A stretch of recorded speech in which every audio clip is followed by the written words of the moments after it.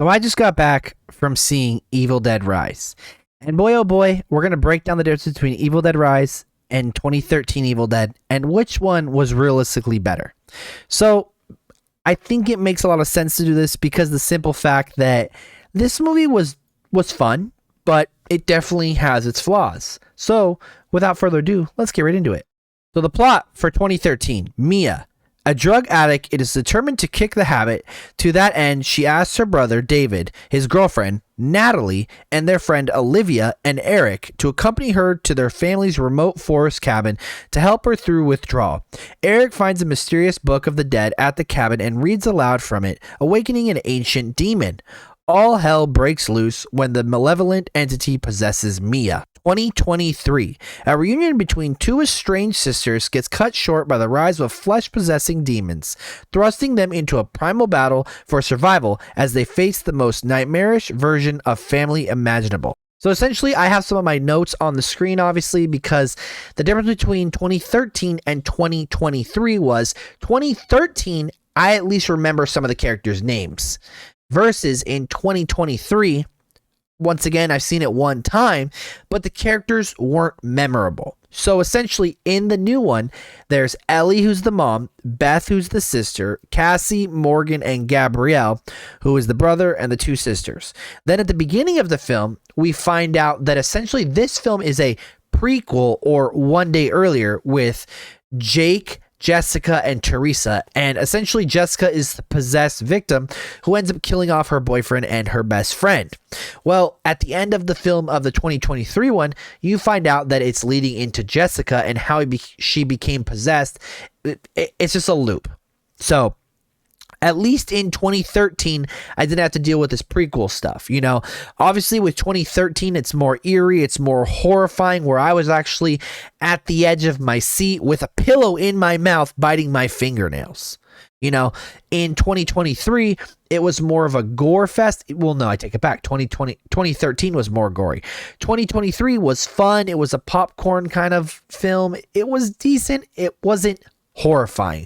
I was never scared. I was never jump scared. It was one of those things where the worst it got was where you saw something behind one of the characters and you were like, oh shoot, you know, don't look at it. Don't go near it. Turn around real quick. But in 2013, it was scaring the crap out of me, giving me nightmares, making it where, like, you know, you turn off the light at night and you run because you think a demon's chasing you.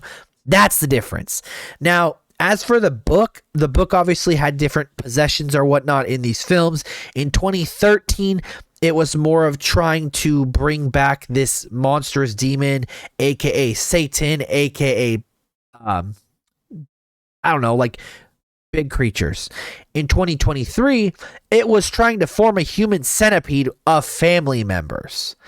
Not butt to mouth, but more of like, hey, cut off this one's head and put it on the shoulders. Cut off this person's arm and shove it in their stomach. Cut off this person's leg and shove it in their butt.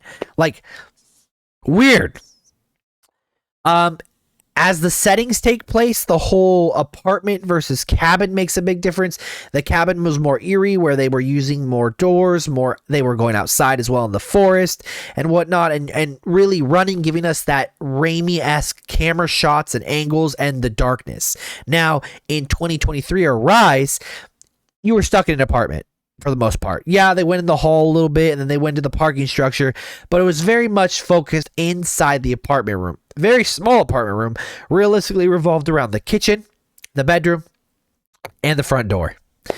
But the one thing I do got to say is Ellie, the mom, sold me on acting, but she didn't compare to Mia. So realistically, main character Ellie, the mother, main character Mia was a better character. I felt more like a nod to Ash versus Ellie, which was like a new, just demonic possessed, I don't know, like Insidious, Chernobyl, sinister kind of character. The new film was more of like zombies, where the old film was like, dude, what is going on? Like demon possessed monster, crazy psychopath Joker vibes. I liked both once again. Also, I felt like the blood in 2013 was more blood, and the blood in 2023 was more like they took a paint roller and they covered them in paint. Obviously, kind of a nod back to when Ash would get completely covered, but at the same time, Mia got completely covered in 2013 by the blood rain. As in solving it, 2023 gave you a possible what's next, even though it was weird because it was kind of like it was over. And then 2013, Mia gets off to the road, gets picked up by a truck driver, and gets sent to the hospital. But originally, in a deleted scene, she was supposed to get picked up, go up 30 feet, and explode by the book.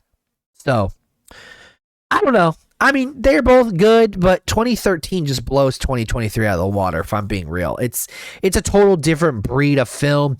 The characters I was more invested in, even David, Mia's brother, I was just more invested in. You know, Beth, the sister, she was a guitar player, and she always was needing her sister's help. And I understand both films, the sister needs the help from either the brother or the sister, but it just didn't feel right to me. Like, I understand in horror movies, we don't get a big connection of the characters because they're usually killed off. But in 2013, once again, I keep saying these same numbers. But in 2013, I felt like I got more of a development on the character. It was just like Mia had an actual struggle. Mia was going through issues, but everybody thought she was lying because she was a drug addict.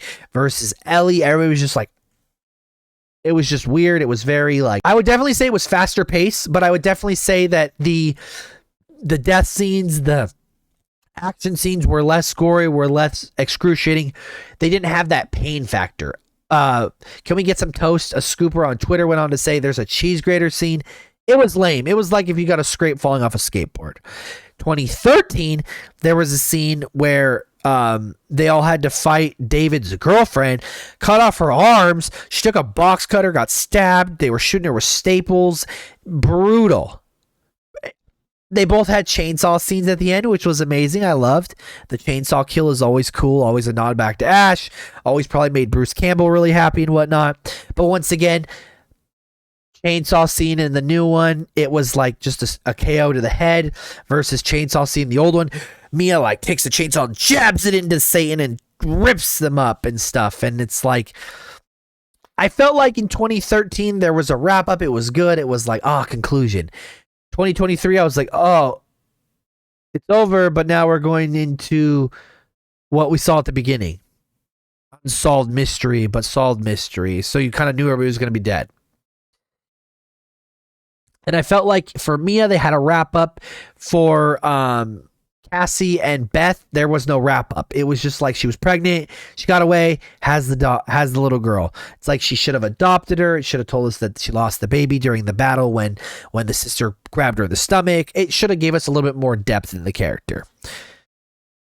No Bruce Campbell cameo in 2023. Bruce Campbell nod/cameo at the end of 2013. I go on, but once again, my channel is about giving you guys quick reviews that make you want to watch the film or not want to watch the film, that give you just enough of the taste to be like, I'm going to see that or not going to see that.